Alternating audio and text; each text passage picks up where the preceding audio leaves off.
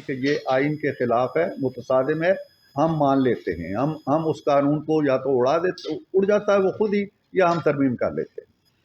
آج یہ سوال پیدا ہو گیا ہے کہ کیا یہ ممکن ہے اس قرائے عرضی کے اندر کہ عدالت بھی جو 13 یا 14 یا 15 یا 17 ججوں پہ مشتمل ہے، اس کا کوئی بینچ، چھوٹا یا بڑا بینچ، وہ بھی غلطی کر سکتا ہے یا نہیں کر سکتا؟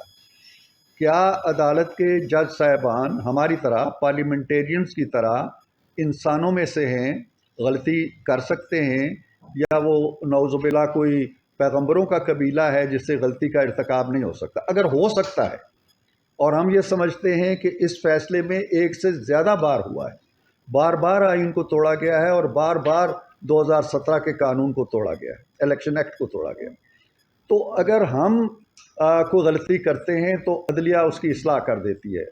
بسم اللہ، عدلیہ جب ایک بہت بڑی غلطی کا مرتکب ہو جائے اور ایک غلط فیصلہ جو آئین سے براہ راست متصادم ہو وہ سامنے آ جائے، اس کے محرکات کیا تھے، اس کے اسباب کیا تھے، وہ مکمل انصاف کا نظریہ تھا، ضرورت کا نظریہ تھا، سہولت کا نظریہ تھا، اس سے بحث نہیں ہے۔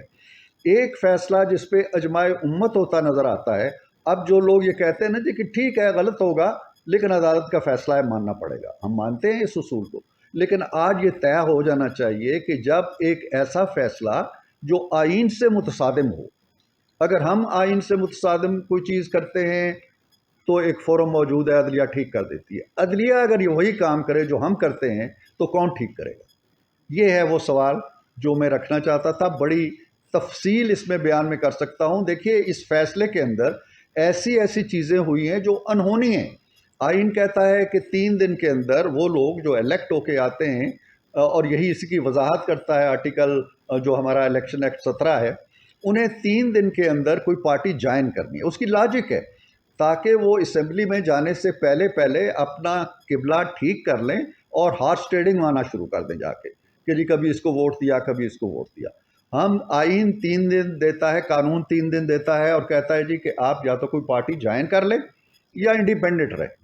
اب باوجود جو لوگ 80 کے قریب انڈیپینڈنٹ آئے، وہ ہوش مند لوگ تھے، انہوں نے برضا و رغبت اپنی مرضی کے ساتھ ایک پارٹی جوائن کر لی جس کا نام تھا سنی اتحاد کونسل۔